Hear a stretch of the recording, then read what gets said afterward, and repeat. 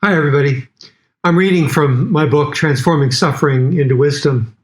We're discussing the three intentions, which include being present in the moment, pulling the plug on the self.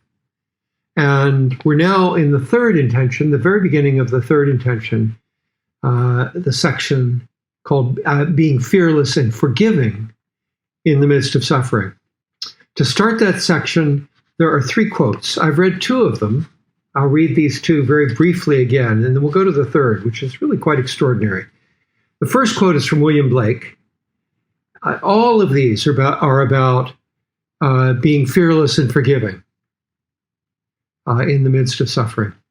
And many of them have to do with the relationship of thoughts to feelings.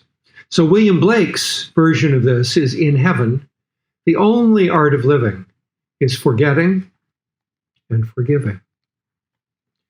And then from my book, A Song for Hannah, searching the sea for moments of time. I catch so many moments of guilt, of fear, of shame, as I walk across the sand, like a warrior catching arrows of delight. I place them in my quiver and search out across the waters, roiling at my ankles for my prey.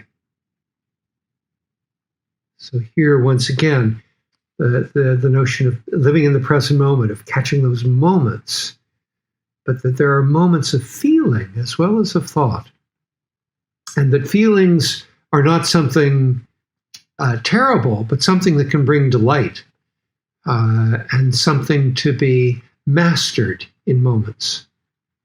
The third quote, I was stunned by when I came across it because it's from René Descartes. And Descartes is someone that we think of, cogito ergo sum, I think, therefore I am. He was a man all about thought. He was known for, he was a mathematician, a great mathematician. And we think of this breaking up of time and space, which is the subject of another of my books, Back and Back, A Golden Civilization. We think of it, mostly we've inherited Descartes' view of it, which is broken into horizontals and verticals, broken into a map, basically. And one of the things that I argue in that book is that map is missing the central moment, which is the present moment. But here, this is an amazing quote because it's from Descartes that we think is all about mind and breaking things up into Cartesian boxes and thinking only. And what most of us don't realize, and what I came to realize, was that his very final passion, his very final treatise, was a treatise on the passions. It's called Treatise on the Passions. And it's about feelings. It's about emotions. So this is a key quote that summarizes a lot of what he was thinking and presenting as part of his teaching and his philosophy and his understanding of emotions. Now that we have studied them all, the passions, we see that we have much less reason to fear them than before. For we see that they are all good by nature. And all we need do is avoid their excess or bad uses.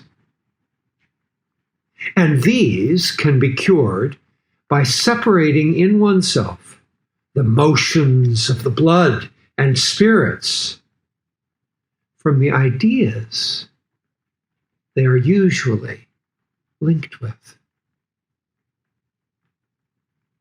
This is extraordinary. It's exactly, I mean, I thought in some way in my hubris at one point that I'd invented this notion that what we want to do is to separate thoughts from feelings and understand, but meet each one of them. Descartes was saying exactly the same thing. Quite amazing. Let me read that last little bit. For we see that they are all good by nature. The feelings are good. Not only do they inform us of things, but they give us this experience of living that's extraordinary. You wouldn't go to a movie if there weren't feelings there. You wouldn't listen to music if there weren't feelings there. So we see that they are all good by nature, and all we need do is avoid their excess or bad use. So the question is that we're looking at here in transforming suffering into wisdom is, what is that excess? Can we break that down?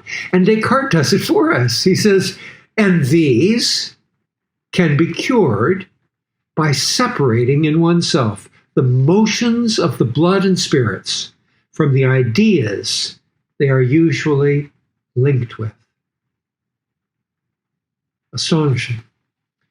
The mantra that we use again and again in this section on being fearless and forgiving in the midst of suffering is, when you're caught in a structure of suffering, and we'll look at what that looks like, and we'll look at how these things get linked together very specifically.